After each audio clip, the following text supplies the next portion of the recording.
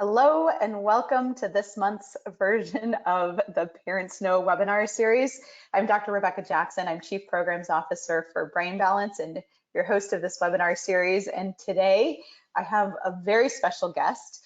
Joining us is Kelly Berhoff. Kelly is our Director of Nutrition here at Brain Balance. We call our Brain Balance Nutrition program the Balance 360 program.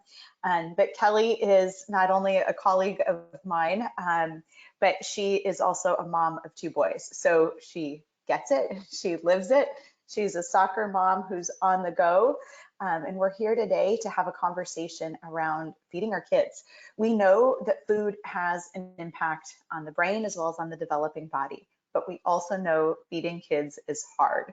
So Kelly's here today to guide us with some focused recommendations on 5 foods to focus on getting into our kids' diets to help ensure attention and focus and healthy development. And then hopefully we'll have time to talk about some foods to avoid as well. So I'm gonna start by reading Kelly's bio so I don't miss any of the important details, and then we'll jump right into it.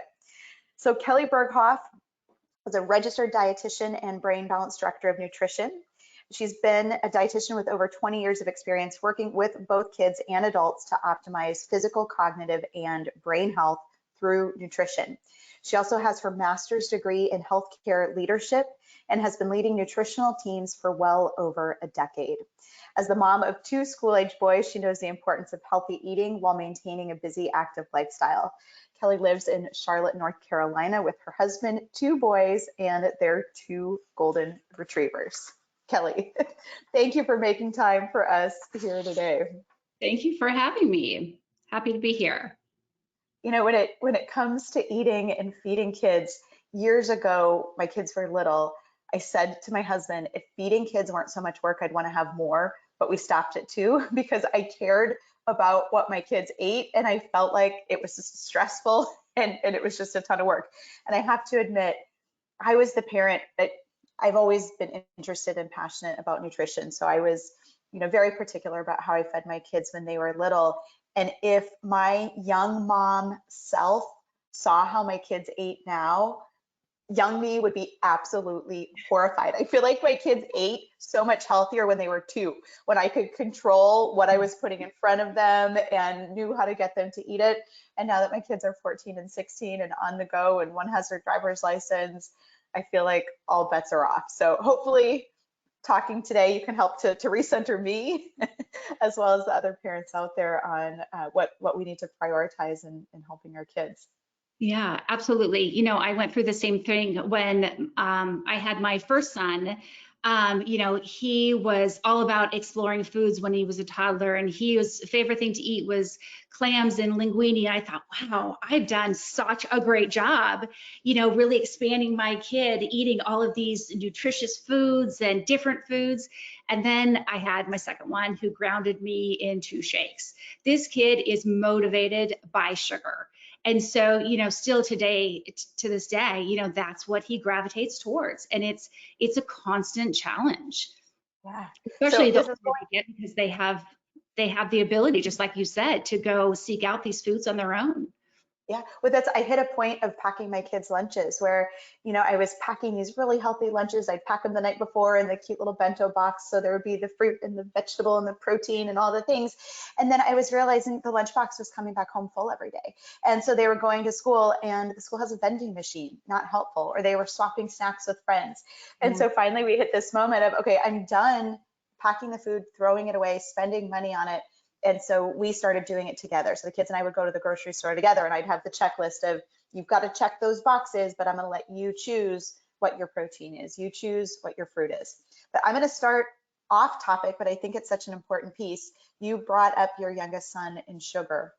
As a mom who understands the importance of how sugar impacts the brain, how do you have that conversation with Jake to say, hey, we all love it, but here's how we're going to guide that? Yeah, and that's really a great question, because one of the best things that you can do with your kiddos is to open up those lines of communication with them. Teach them all about it. The conversation I started off having with my boys is, it's like, if they're, of course, having two boys, they're into different cars, and we can open it up, into that type of conversation where, say, if we're going to go on a road trip, if we're going to go down to the beach, we have to go to the gas station and put the right fuel in our tank in order to get there without any hiccups, because we trust our car to get us there in one piece. Our brains is very much the same concept. We have expectations that, we're going to go off to school and we're going to learn new things and go to soccer practice and, to participate in these games. We have to do the same thing with our bodies. We have to make sure that we're fueling our brains with those essential nutrients to make sure that we get the expectation that we're looking for.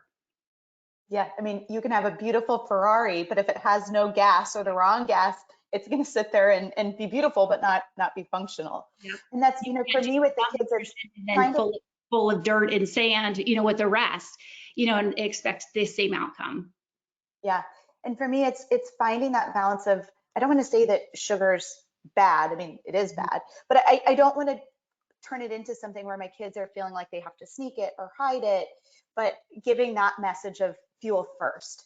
Yes. Let's give your brain and body what you need. And if you want to treat after that, if you're still hungry, great. But it's thinking about how often we're consuming those treats, what time of day we're consuming them. Okay, awesome. But so before I take us, go ahead. No, I was just gonna say, to piggyback off of that, by having that fuel in there first, especially that protein, by taking on a little bit of sugar at the end of it, it will help regulate your blood sugar levels, which regulating your blood sugar levels will also help with your attention and focus as well, so you're not crashing later. I think that's such an important point, and that was something, as much time that as I've spent learning about nutrition, that was newer information to me, is to understand it's not just about what you're eating, but the timing and combination. And so I want to reiterate that. So what Kelly was saying is, if your toddler yourself, if you are going to have some sugar, we know that when we consume sugar, it spikes energy and where brain and body can go into overdrive. To help to mitigate that or offset that high spike, which then crashes, if you have fiber or carbs or protein first, that slows down how quickly the body absorbs the sugar. So it's gonna even keel. So instead of that spike and crash, it's gonna be a little bit more of an even keel dip. So helpful tip for we all need sugar in our lives sometimes, but thinking through the timing of that. Okay, so before we go too far off track, let's start, the title of today was, 5 foods for focus. Talk us through, Kelly, start with the first food that you recommend and what it is about that food that is so important that as parents, it would be a good thing for us to try to work into our kids eating on a regular basis. Mm-hmm. Well, before we jump into the 5 foods, the one thing I do want to mention is the importance of hydration.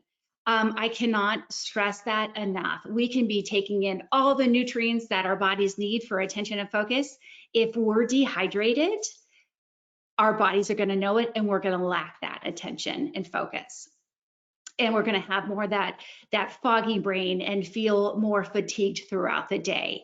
And studies even show that up to a 2% drop in your hydration status can lead to those symptoms.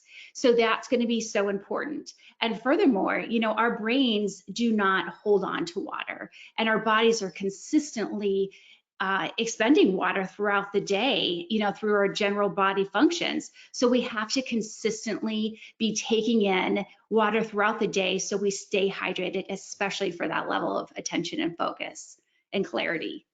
Well, and I think with the kids, it's sometimes hard to know when they're at school all day, it's hard to know how much water they're consuming. And so I think that awareness of, sending them with a water bottle and saying, hey, I want to see that empty when you come home, and then you need to have another water bottle when you get home, just a system to put in place to have tracking and conversation and awareness on how much water you're consuming, I think is helpful there. Yep, absolutely. But getting started, the first food that I would recommend are going to be hands down your omega-3 fatty acids. This is probably one of my most favorite ones. And I say that because through our omega-3 fatty acids, the 2 primary ones, we have our DHA and our EPA. We actually get a dual benefit from those. our DHA, or actually I should start off with the EPA. EPA is a natural anti-inflammatory. And so the more that we can take that in, that EPA, that's going to help reduce our body's level of inflammation and the inflammation happening in our brain as well. Now, the DHA, on the flip side, is going to what gives up, we kind of call it a brain food, is that's what drives our overall brain function and giving it that extra boost that we need. It's kind of that fuel for the brain. Couple different places you can find this. Of course, the main one's going to be our wild caught fatty fish, our tuna, our salmon, herring, sardines for those adults out there. But also, you know, getting away from some of the fish, you're also going to have some sources being walnuts, flaxseed, and chia seeds. And those are a great place for kiddos to start because they can be easily hidden in so many different foods. Well, I was just going to say, I wholeheartedly agree with the importance of the omega-3 fatty acids. I've always, in my head, this isn't accurate, but it's how I think of it. I think of the omega-3 fatty acids as the bike helmet for the brain. It's just giving our brain one more layer of protection. But then you just listed a whole list of foods that, to me, like, I've got kids that are adventurous eaters and they're not eating herring, anchovies, sardines, walnuts. So give me some kid-friendly ways, you know, whether it's the flaxseed or the chia seed.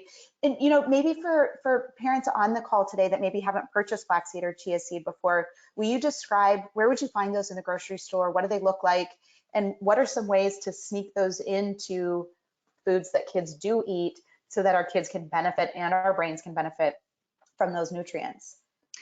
Oh, flax seeds are fantastic, as is chia seeds, but flax seeds are little tiny seeds. They're kind of like a beige, dark, and some of them are a little bit darker brown. They can be found in your local grocery store, also Walmart, Target, Amazon. They're pretty readily accessible, which is fantastic news. But also, you know, it's like I mentioned, they're a great place to start with kids because you can easily hide them in foods. And even as adults, if you've never had them before, you're not quite sure, you know, you can sprinkle them on your salad. You can put them in a smoothie. You can put them in some yogurt or oatmeal or bake them in some muffins. So there's a great way. I mean, there's so many different ways to get it in. But in addition to providing you with a great source of omega-3, it's also a rich source in fiber, which is also kiddos tend to lack as well. And remember, fiber is going to slow down our digestion, which is therefore, like you mentioned before, going to slow that level of insulin release, and then our digestion, keeping us fuller for longer as well. Well, and that when digestion is slower at a healthy rate, not too slow, it also allows us to absorb more nutrients. So when things are slowed down, it's taking the time to move through our system so our body's able to pull the good things from it. Okay, yep. I want to go back to the whole, like, how to be sneaky with kids on this. I know I had success with flaxseed in dumping it in oatmeal. Oatmeal was something that for so long my kids did in the morning. They didn't love it in the smoothies. I think it was the chia seeds that they didn't like in the smoothies. They could see them and they'd get like stuck in your teeth. Yeah. But flaxseed we had more success with, like I said, mixing it into oatmeal. We've also done it in muffins. But talk to me about the frequency. Is this something, you know, that we're trying to get in once a week, twice a week? How often? Give me ideal state and then give me like bare minimum. Yes, I would say it's something that we should try to incorporate into our daily diet on a daily basis. This is not something that you have to every day have flaxseed. You want to be able to intermingle them with other foods. But this is also a great, because it is so important for the overall brain health and function. If you don't feel like you're getting in the sufficient amount of omega-3s on a daily basis, this is a great opportunity to supplement. And of course, as dietitians, we always, you know, discuss food first. We're going to get more nutrition. Our body's going to absorb it so much more readily from the food itself. But that's what the supplement is there for, is to supplement the diet, especially if kiddos are not taking anything in, on a consistent basis. But the idea is to make sure that, especially, for overall brain health, we want to make sure that we're getting these in on a consistent basis. Well, and as I'm sitting here thinking back, years ago, I was good about having a bag of flaxseed, a bag of chia seed, and would mix things in. And then it was one of those, I think I ran out one day and just never replenished. So this is such a good reminder to me. And honestly, I feel like I almost need it sitting out on the counter just as that reminder to sprinkle it on the salad. They don't love the salad already anyway. So, yeah, add it into the dressing and just get through it. But just finding those ways to work it in a little bit more. Do you have any tricks? I have a daughter that hates nuts. Any tricks on walnuts? Because I know walnuts are so chock full of goodness. And I know there's nut butters for other butters. I've never seen a walnut butter. Any tricks or tips that you have with walnuts? There again, it's try to hiding them in different foods, grinding them up in a food processor, putting them in different salads. I've had parents, and a common one too is with spinach, is grinding it up and then putting it in taco meat, trying to hide them as much as possible. And, depending on what you're having, of course, you're going to be able to mask it a little bit better, but, finding those recipes, especially with muffins, you can do breakfast muffins, you can do dessert muffins, where you can really hide so much of nutrition in those, especially if you're, if you're doing it in a smoothie, a berry is going to mask a lot of that flavor, so you don't necessarily know it's there. But, any opportunity that you can get them in there through hiding it is going to be golden.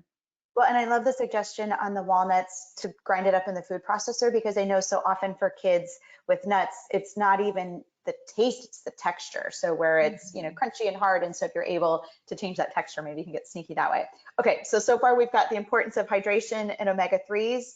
What would be the next area of focus in your top 5 foods to support attention and focus? And the next one is going to be your green leafy vegetables. This can be anywhere from kale, spinach, broccoli, romaine. Remember, the darker the green, the more nutrient dense the food item. So it not only is it chock full of vitamins and minerals, but it's also a great source of magnesium. A lot of our kids, especially with ADHD, are deficient in magnesium. And magnesium is so important because it helps to support our overall nerve function, but also helps to regulate our mood and our behavior. But and in addition to that, also our muscles and our quality of sleep. And if you notice that in a multivitamin, magnesium is typically excluded on a multivitamin. So it's going to be even more important to get it in there through food. The reason it's excluded in the nutrition world, we refer to magnesium as well as calcium, is being the bullies of the playground. And meaning that if the magnesium is present, it's going to take priority over some of those micronutrients. So what brands typically do is remove the sometimes calcium, but also primarily the magnesium out of it, so you get more absorption from the other nutrients in the multivitamin. So therefore, yes, and so therefore we really want to make sure that we're getting in plenty from our diet. There again, like I mentioned before, taking a handful of spinach, throwing it in a smoothie, you can't even taste it. You can also, like I mentioned, we've had families grind it up in the food processor and then put it in some taco meat. And then with all the different seasonings in there, you don't necessarily know it's in there. But sneaking that in wherever you can, you're going to just chocolate full of nutrition. Well, and for me, in the sneaking it in category, spinach was always the easiest one to sneak in, because the taste is so mild and it does blend up and dice up small so easily. what I found is it does also turn things green. And so if we were doing a smoothie, let's say it was a banana protein smoothie and we're adding in a handful of spinach, it would turn it green. This is the perfect time of year to make that green fun and playful. We're making a St. Patty's Day shake. We're, so play up the green rather than trying to be a sneaky thing. Say, hey, we did something special to make breakfast green today. Yes. Okay, so now here's my next question in the green leafy category, right? Some kids, we can get them to eat it. Some kids we can't. We know it's important. Parents, this is not about guilt and shame. This is about doing the best we can and learning as we go. But let's talk broccoli. I know broccoli is so rich and full of nutrients, but what about the child or adult that the only way they'll eat the steamed broccoli is if it's draped in a slice of yellow cheesy broccoli? What are your feelings on if the only way to get a veggie in is covered with cheese? Where do you go from there? Usually with kiddos like that, I mean, they're so used to having it with cheese. Each time possibly what you can do is decrease the amount of cheese that you put on. Or sometimes what some parents will do is give a child a little plastic cup full of the cheese, and then they can drizzle it on however they see fit. As long as they're getting the nutrition, we don't want to continuously do that if it's if it's getting to the point where you feel that it's unhealthy, but it is, I mean, if we can get through just eating a little bit of broccoli, anything's going to be better than nothing at all. And then there again, grinding up the broccoli, you can put that in the taco seasoning as well, or, in a zucchini muffin, or, just sneak it in there in addition to what they're eating. But usually what I suggest is just by slowly decreasing the amount until you kind of get to that acceptable amount. And maybe that means decreasing the amount of broccoli too in the beginning, but hopefully over time that will continue to increase and get better. Well, and one of the things that I learned was it's harder to sneak raw broccoli into anything than it is to sneak steamed broccoli in. And so if I steamed the broccoli first and then pureed it, it was easy to add it to things. And I have to tell you now at this point, I don't know if I want to have taco dinner at your house or if I'm afraid of taco dinner. Because so far to the taco meat, you've added walnuts, you've added flaxseed, you've added broccoli. Like your I don't think I tacos would add the walnuts to the taco seasoning, but definitely try to get the greens in there where I can. Sometimes I think that at this point the kids probably know I do it because they're around in the kitchen when I throw it in there. But I think it's just something that we've had for so long. You start with a little bit, and you can eventually graduate forward. Same thing in the smoothies. But you really don't taste it too much. One kind of along the same lines as broccoli is cauliflower. Cauliflower is very easily masked in smoothies. It tends to make smoothies more creamy, but also in lots of different. It's a very easy substitute to add in there, and it's there again very similar to broccoli in the sense it's chock full of nutrition. We talk about eating the rainbow. Don't forget your white. Don't forget that white color. I will be the first to admit I skip the cauliflower every time, so I'll work on adding that in. Okay, so we have omega-3s, we've got magnesium. What's next? Next one is berries, specifically blueberries. Chock full of nutrition, lots of different vitamins and minerals in there, but it's a great source of an antioxidant, which is going to be fantastic. Rich source of vitamin C and vitamin E, which is definitely going to help to protect the brain cells from the oxidative damage caused by stress and inflammation. And some studies actually show that the antioxidants also have a positive effect on enhancing our attention and focus. So that can be a great one. So many good things can come from berries. So when it comes to berries, I feel like that tends to be an easier one for some kids, not all kids. But kids tend to gravitate towards the sweet a little bit more. What about your opinion on fresh versus frozen? I am fine with either one. It's mostly that you start to struggle when you're dealing with the vegetables and when they're steamed versus or boiled and you're losing a lot of the nutrition, especially a flash frozen fruit. You're going to be perfectly fine. You're still going to be gaining lots of antioxidants and vitamins and minerals from them. Absolutely. And one of the tricks with my kids, and my kids came up with it. I also live in North Carolina, so we're in the South. It gets hot and steamy and humid in the summer. And my kids we would buy fresh fruit. They like to freeze it. And then they would bring frozen fruit with them to the pool. So they would munch on frozen blueberries, frozen raspberries. Their favorite is frozen grapes, which I know doesn't fall in the berry category quite the same way, but it's just a different way to eat the same food. And I think especially with families that have picky eaters, is even if your child doesn't like the food in one format, changing it, freeze it, see if they like it that way. It might change the taste or texture just enough that they might be willing to try it and go from there. So that's good to know that fantastic suggestion. They also have those cotton candy grapes, and freezing those, it's like they're eating a piece of candy. It's fantastic.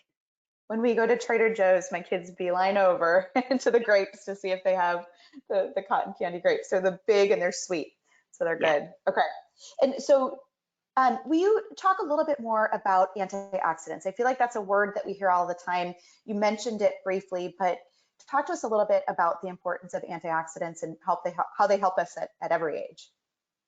Antioxidants is really what's going to help us kill those free radicals around our bodies. You know, anytime we take in something that our bodies don't necessarily like, we're going to be creating a level of inflammation.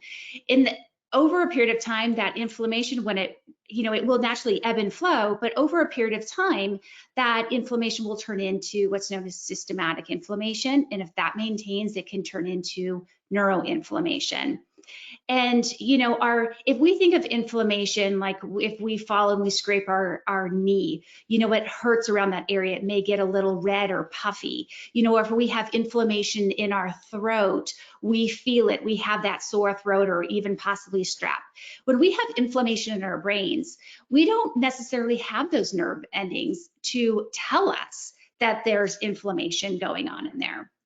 So what happens is we tend to exhibit that in our moods, that's where, those ADHD type behaviors start to come out, our attention, our focus, we start to struggle, our mood changes. We just don't have that healthy function of that brain capacity because you have this inflammation in there preventing the brain to do what it wants to do. So by consuming lots of foods that have antioxidants, what we're doing is we're helping to naturally reduce that level of inflammation. And so we don't, so our brain can function the way that it needs to. Well, and when I think about, what's going to be triggering inflammation in our kids, we think about inflammation as old, aging, life, but it impacts our kids. And I think it's important to understand that two drivers of inflammation that kids are in contact with often on a very regular basis is sugar and processed foods. So Absolutely. If we've got a kiddo that's living on super sugary drinks and snacks and, highly processed chicken nuggets and, mac and cheese and all the things, again, no guilt, this is reality, we're learning and growing together. But knowing if they're eating highly processed foods and consuming a lot of sugar, they are going to be experiencing inflammation. So offsetting that with A, trying to reduce some of those processed foods and sugars, and then B, making sure that we're providing their system with the antioxidants to help process and break down what is there to minimize the downstream damage when they're young. Absolutely. We really want to take a look at this from both angles. We want to eat the foods that naturally decrease it and help that inflammation, and we want to try to stay away from the foods that naturally increase it. Omega-3s will also be very, very helpful with that component as well, because remember that EPA is a natural anti-inflammatory. And, like I mentioned, our brain is 60% fat. And 40% of those fatty acids in there is going to be primarily that DHA, but also the EPA in there. So we want to make sure that we're consistently fueling our bodies with those anti-inflammatory foods, as well as the foods that can help prevent and reduce that oxidative stress and damage on our bodies. I love it. So berries to reduce systemic inflammation, omega-3s, flaxseed, chia seed, fish, walnuts to essentially target brain inflammation. Yes. Yep. Awesome. Okay, so we're at 3 foods. Give me the next one. Number 4 is going to be eggs. Eggs, there can be some controversy around eggs. Of course, if you feel that your kiddo or you has any sensitivity to eggs, of course, we want to make sure that we minimize or stay away from that. But eggs, not only are they such an easy and great source of protein, but they're also full of your B vitamins, specifically your B12 and your folate. That helps with the regulation of the brain. But what it does have in it, it's a great source of choline. And choline is going to be one of the essential micronutrients that helps our bodies make acetylcholine. And acetylcholine is one of the key neurotransmitters that helps regulate our overall brain function, primarily our mood, but also our attention and focus as well. So choline, we definitely want to be getting that in there. Eggs are a great source, and the beauty of eggs is you can get it in so many different forms. And I think the different forms is key, right? Where there's some kids that love scrambled eggs. I personally cannot, I'm not a fan of scrambled eggs. But do you know something I just discovered the other day? I don't know if you've seen them. It's, my son and I don't do gluten. So finding a wrap that isn't, breaks apart and falls apart on you is not easy to find. But we found them at Trader Joe's, but then they had them at Harris Teeter, just a regular grocery store as well. It was an egg wrap. And so it was like a tortilla, but it's a little fluffier and puffier. And it didn't break apart the way a gluten-free tortilla often does. I took the egg wrap, and the ingredients are, I think there's literally like 2 or 3 things in it. It's egg, and I forget what else, but I think olive oil. And I took it and I did some hummus on it and some turkey and some veggies and rolled it up. I didn't realize how much I had been missing sandwiches in my life until I had that wrap. I bit into it and it was just like bliss. My kids, of course, didn't want it the same way I did. They would do it with peanut butter and honey on it, and we're doing roll-ups with the egg wrap. And it was a high protein snack because the wrap is made out of egg, and then they were adding a little something more to it. So that was my fun new find just recently. I'll have to check in. I have not heard that before. You can find them in the egg section at the grocery store. So it's still refrigerated.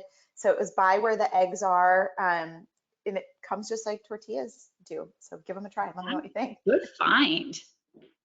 But with eggs, I was just going to mention there's so many different things you can do with eggs. Even not only for breakfast in the morning, hard-boiled eggs, egg sandwiches. You can make little egg cups or the little quiche cups. Can be fun. You can gear toward that with the kids. The omelets. There's so many different ways to incorporate eggs in there, but also including them in your baked goods, put them in the muffins or even French toast. You're going to be putting the bread and mix it with egg. At least you're incorporating, some nutrition in there. I love it. And eggs to go has been one of our best to go tricks as a family with sports like you, 2 kids running in all directions all the time. When I'm organized on the weekend, if I do like an egg bake, with eggs and some ingredients in it, whatever ingredients the kids will eat, and then pouring them into muffin tins and baking them that way. It's such a quick grab and go. It's like the Starbucks egg bites, but made from home, where you can just stick it in a Tupperware, stick it in a Ziploc baggie, and grab and go. So if they can go in school lunches easily, they can go along to sports, or when they're eating dinner in the back of the car on their way to the next thing. Yep, absolutely. And remember, that's the protein in there will help to stabilize mood as well, by regulating the blood sugar levels. So win-win all around. Talk to us a little bit about, when I'm standing in the egg section at the grocery store, and there's eggs that range in price from $2.99 a dozen to like ridiculously priced a dozen. What's the difference in free range, organic? Is it worth the cost in your opinion? What are your thoughts on the various ways that we can buy eggs these days? with inflation, everything's been going up. But you know, that's a great question. One thing that we really want to look for is the free range. We need to make sure that these chickens are out in pastures and eating, you know, the little bugs and the worms and, you know, the little insects in the ground, because that's where they're pulling their nutrition from. If they're in a coop and they're eating purely grains, they're not going to have near as much nutrition as those free pasture chickens. So that's going to be key. So what you're saying is what the chicken eats determines the quality of the nutrition they provide to us when we eat. Yep, chicken. we're pulling the same nutrition from them. So you're going to get much higher quality of an egg in a free range chicken than you are when they're held up in a coop and they can't move and they're eating grains. Do you ever, Kelly, when you're baking, again, if you're trying to get more protein into your boys' lives, do you ever add more eggs than the recipe calls for? Are you adventurous with switching things up? I'm not adventurous with recipes. So if it calls for 2 eggs, I do 2 eggs. But is that a way to you know, be able to add more protein if I'm making muffins, if I'm making pancakes? Is that a strategy? No, I'm not that adventurous, to be honest. But you know, the only thing I would caution with eggs, depending on what you're making and how you're making them, is that can also change within the cooking process. So it can also change the overall texture of the item that you're possibly baking or cooking. But as far as, you know, adding in protein, you know, if it's going to be one of the egg bites, or if it's going to be a French toast where you're going to be dipping into that, you can heavily dip it a little bit more within the egg batter. I would feel, just personally, I would feel a lot more comfortable doing that. That way I have control over the way it's being cooked and turning out, just because, you know, we all know as parents, if it doesn't look just right, you know, it's not going to be eaten. So I always err on the side of caution when it comes to adding extra things other than what I know is going to work. Fair advice. Okay, food number 5. Food number 5. We're gonna talk about a fun one here, because I think we all need a little bit of this in our life, and that is dark chocolate. And so dark chocolate, we're looking specifically for a minimum of 70% cocoa, and those cocoa flavonoids are a powerful antioxidant. There again, that term antioxidant there, that's going to help control and help to fight off those free radicals in our body, kind of those bad cells in there. So they kind of come in and just clean it out, almost like a garbage truck. And so we have a great source. You're going to get lots of other, you know, good things in there. But those cocoa flavonoids can really help to improve cognitive function, you know, which is great. But the reason it does that is by increasing the overall blood flow to the brain.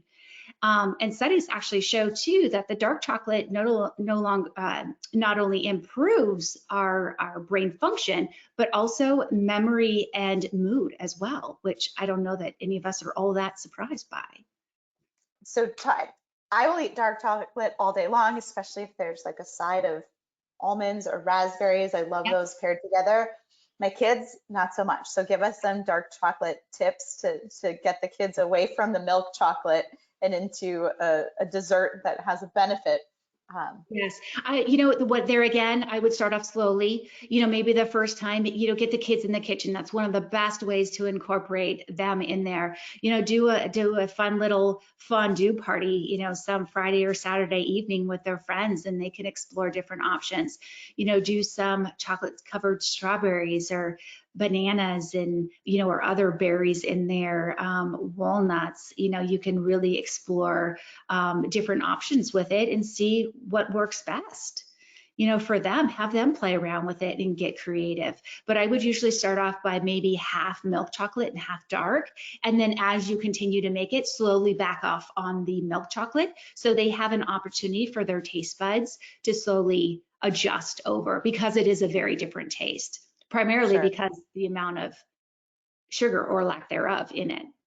Yeah, well, and I could see maybe also if you're starting with doing it, like you said, with a frozen fruit and you're dipping it in chocolate, then you're pairing something sweet with that darker, more bitter chocolate, or maybe in baking. So if you're doing chocolate chip muffins or chocolate chip cookies where there's already some sweet in it, that might be a way to kind of start to ease into a little bit more of a bitter chocolate that's balanced.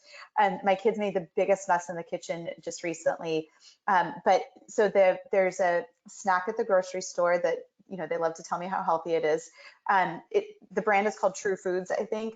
And all it is frozen chocolate dipped fruit. And they had grabbed a couple things, tossed it in the cart, and as we're checking out and I'm watching that grocery bill just like skyrocket, I looked at the price of that for the first time, and it's a tiny little bag. They can crush that between the two of them in a sitting. And so I was like, stop, go buy the fruit, go buy the chocolate chips, and we'll go home and make them at home instead. And it was a fraction of the price, and they had so much fun. Like I said, it was a hot mess. There was like chocolate dribbled everywhere. But it was, I mean, we spent a fraction of the price to have so much more volume, and then they, you know, need to work on their presentation and cleanup skills, but we'll work on those executive functions. Yeah, and that's very common what we do. You know, our main thing that we do, we try to make and have on stock at home is energy bites. You know, we get some oats together and we have, you know, mix it with a nut butter and some natural honey and some lower sugar, a little bit more of the darker chocolate, the mini chocolate chips, you know, a little bit of vanilla flavoring, and we take it all out, we all measure it together, and then I hand it over to the boys and they mix it up, and you know, they roll it up and stick it in the refrigerator, and then they take it out and throw it in some baggies. It's such a great way to get some great nutrition in there, great protein, help bridge that gap, especially when we were engaged in brain balance, you know, going from school straight to brain balance, straight to soccer practice. They're not getting home and they're not able to have a solid meal until, you know, sometimes 8 o'clock at night.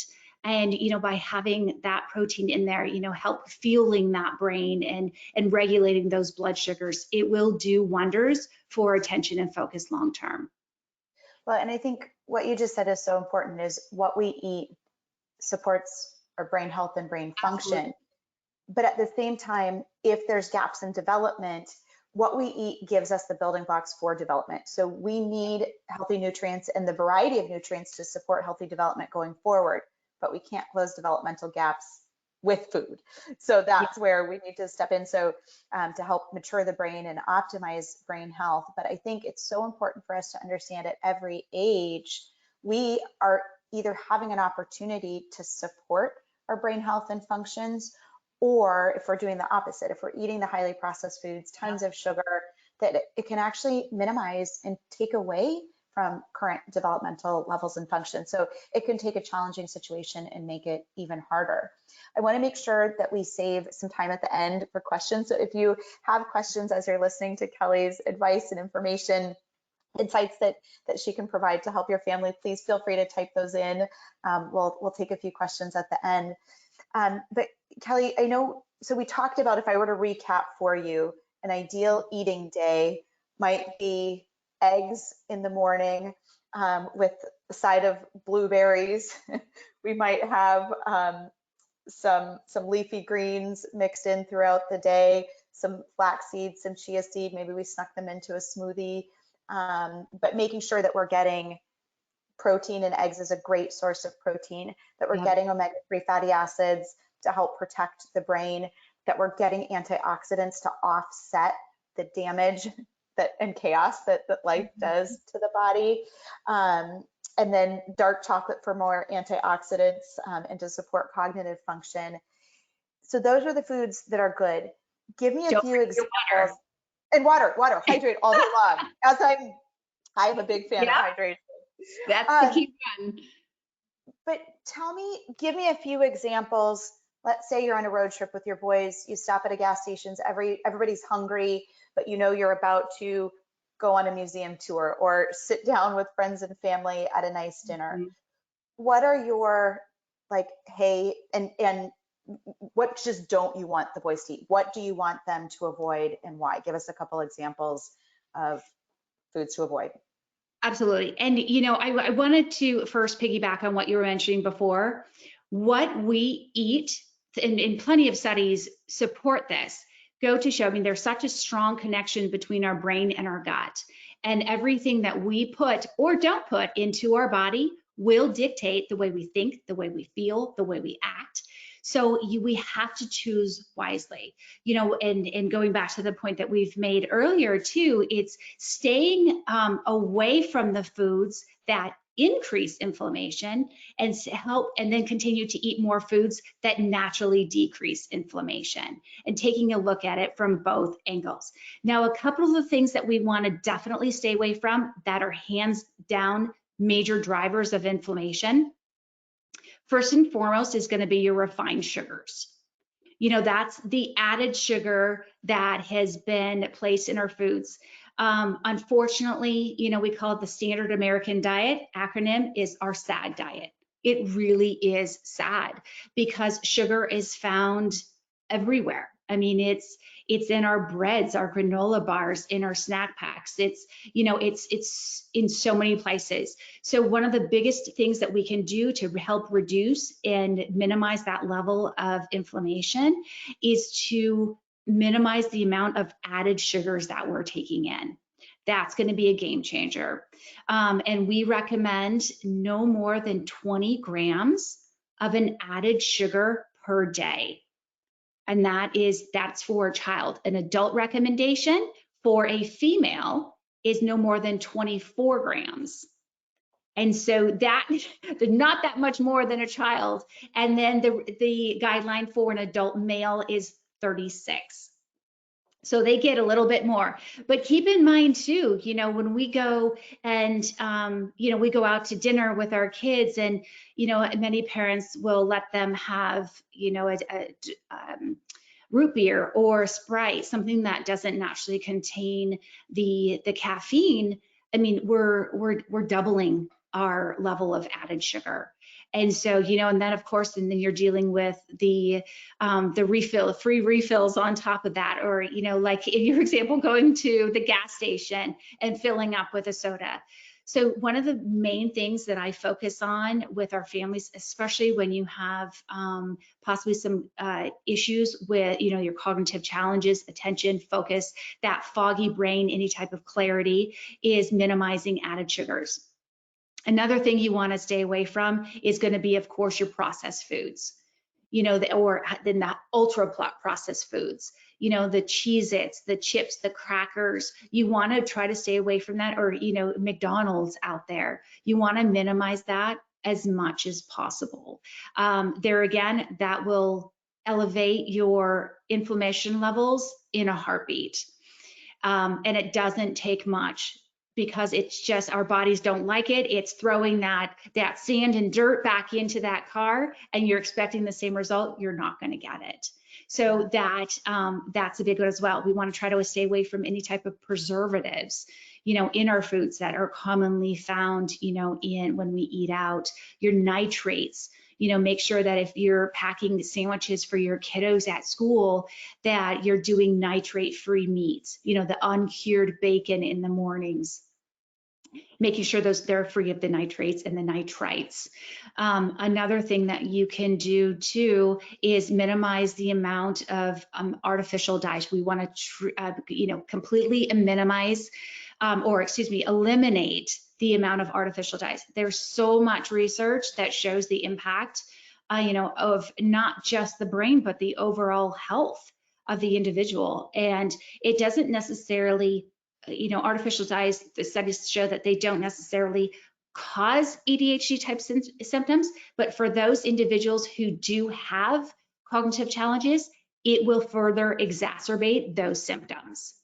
And so especially if you go and buy, a bag of Skittles, you're having all of that artificial dye, you're having that titanium dioxide in there, which is the coating on there. You're having that increase in sugar, messing up your mood and stabilization. It's just wreaking havoc on the brain. So if you're going to be going and stopping off at the gas station, or you're quick on the go, opt for a protein. grab, hopefully a nitrate-free, beef stick at the store or the gas station. It's going to be much, much better option than going for a piece of candy, especially a colored, a dye flavored one. Yeah, and we get it, right? Easier said than done. Absolutely. But I think it's having these conversations, it's arming ourselves with knowledge and power and talking to our kids about it. This is what we're going to choose and why. And it doesn't mean that we never do those things, but this is why we're going to prioritize whole healthy foods. I do want to point out for families that do the Brain Balance program, personalized nutrition support is a part of the program. So Kelly and her team works directly with our families and talking about exactly the things that we talked about today is how do we make sustainable real life changes that helps to support brain health and to support healthy development in our kids. And we get it. We work with so many families that have really, really, really picky eaters. And so often picky eating is tied to development. So if your child is immature in the way they take in and process information, then we see that oftentimes they may fixate more on texture or may be more particular. And so we see that as the child matures in development, often their palate and their willingness to try new things changes. We can do a whole separate topic and conversation talking about picky eating, but I'm going to save that for another day. And I know we've got a little bit of time left. Kieran, if you're still with us, if there's questions that have come in from the audience, we'd love to. Yes, many. Am I the only one that's hungry, by the way? It is about that time. I know. I could use a healthy snack myself. Can you talk a little bit about pesticides? A lot of the foods you just talked about, are produce. How do you make sense of that, and can you talk about it? Absolutely. That's a fantastic question. What we want to focus on with the pesticides is really trying to stay, the big question is should I purchase organic or shouldn't I? Is it worth the cost?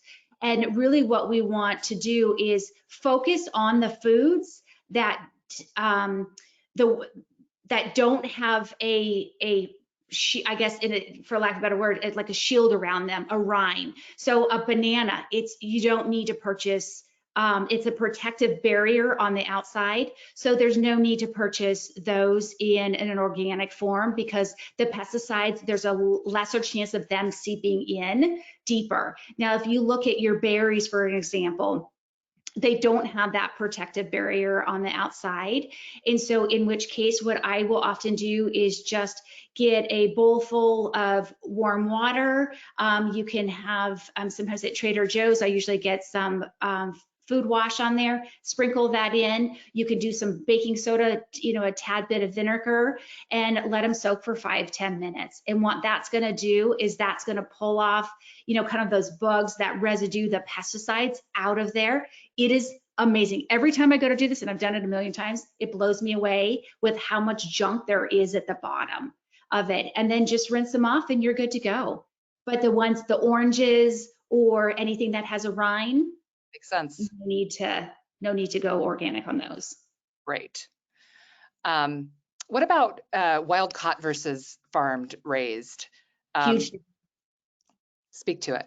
Yes, you are going to get so much more nutrition from the wild. Of course, it's going to be more expensive, but in the ocean, the fish will naturally eat the plankton and the shrimp and all of these other things, and they're gaining these omega-3s. When we talk about omega-3s and omega-6s, what we're focused on is omega-3s. Omega-3 is going to fuel fuel our brain with that healthy nutrition. We get plenty of omega-6s in our diet naturally. And so when you have a farm-raised fish, the fish will eat, usually they feed off of corn, which is very rich in omega-6. So you're not getting that omega-3 benefit. We already have plenty of omega-6, so that's going to be a game changer in there. So we definitely want to focus on the wild caught. Not all fish are created equal. Absolutely. I want to share, everyone have loved a lot of the hacks that you all gave. So we also have some people listening that had some hacks. So I want to share those real quick. Oh, yes. Amanda talks about how her kids like broccoli, and roasting it with salt and pepper and olive oil makes it crispy, and they really enjoy it that way. So I thought that was really great. Fantastic idea. And then Amy, she cooks dark green leafy vegetables a bit, purees them with her Vitamix blender, freezes them in cubes, and adds to everything: pancakes, sauce, meat, mac and cheese, eggs for French toast, oatmeal, etc. Thought that was a great. Love it. I love it. I love it. You talked about food dye. We did have a question about that, food dye and brain function. You touched on that. What about breakfast cereals? Breakfast cereals, what's happening is if you typically look on a breakfast cereal, it will say fortified. And what that means is it's been stripped of all of its natural nutrients and then added back in. And it's usually added back in with some type of non-natural product. You know, we spray a lot of folic acid on our plants and stuff. That's not the folic acid that our bodies necessarily need, and then it has a harder time breaking down. And a lot of that goes back to, you know, problems with a gluten intolerance, you know, and how you can go over to Europe and have gluten no problem, but you come back to the States and your stomach gets torn up, or you have that foggy brain, trouble functioning and concentrating. It's because of that fortification process and the hybridization of that wheat products. So I really try to stay away from the breakfast cereals unless it's a really high quality one, of course, free of dyes, you know. Kelly? Do I have any favorites? Yeah, are there any that you think are pretty decent out there, or do you just? There's a couple out there. One of them, it's three spoons or three something. I know my kids have kind of gotten away from it over the years. Of course, you know, like Rebecca, it was the same thing with, you know, my younger self feeding the kids, you know, would be crazy. I think I'm so much more now, especially just being aware of everything, you know, hyper vigilant with what you're feeding kids. But I think it's called something like 3 Spoons or something to that effect is a pretty good brand. And what I'm going to add to that is much more. When we're thinking about how do we set our kids up for success in a school day, when we're giving them a cereal, that's carbs and sugar. Carbs break down to more sugar. So sugar doesn't sustain our attention and energy for long. It spikes it and crashes it. And so if we want to set our kids up for success in a school day to pay attention throughout the day and manage their mood and emotions, it's adding protein and healthy fats. And so if you are going to do a bowl of cereal, do something with it and have them eat the protein or fat first. So you could do a sausage link with it, or some bacon, or do an egg with it. So it doesn't mean that cereal's bad, never do it, but it's finding the balance in that combination. And again, to set our kids up for success in the day, they need protein, they need carbohydrates, they need good fats. So lead with that, fuel first, and then if they want something else with it, we know that they've gotten the nutrients they need for their day. That's great. I know we're right at time here, just enough time to yeah, maybe a couple more. Okay. There's been so many. We'll try to get to them all, and we'll follow up via email if need be. I think, let's see, I'm trying to find one that hits a lot. Okay, here's a great one. Eggs versus egg whites. For folks who have cholesterol issues in their family, can you get the same benefits from the egg white?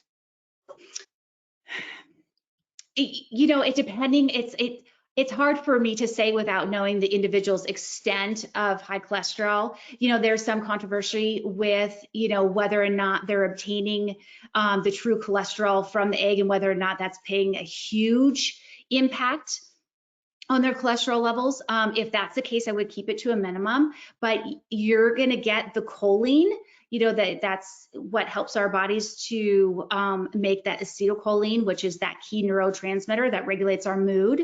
That's going to be found in the yolk. So that will make a difference to have that full egg versus just the egg white. You will get more nutrition from it as a whole. Great. But I would say as long as you're keeping it at a minimum and you're not eating a handful of eggs every day, you should be fine, especially with kiddos.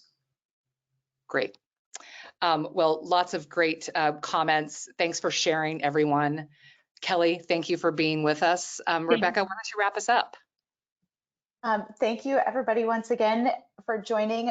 Join us next month we've got another special guest, Dr. Kelly Cagle, who's a PhD in education. So another Kelly, but Kelly with a Y, not Kelly with an I.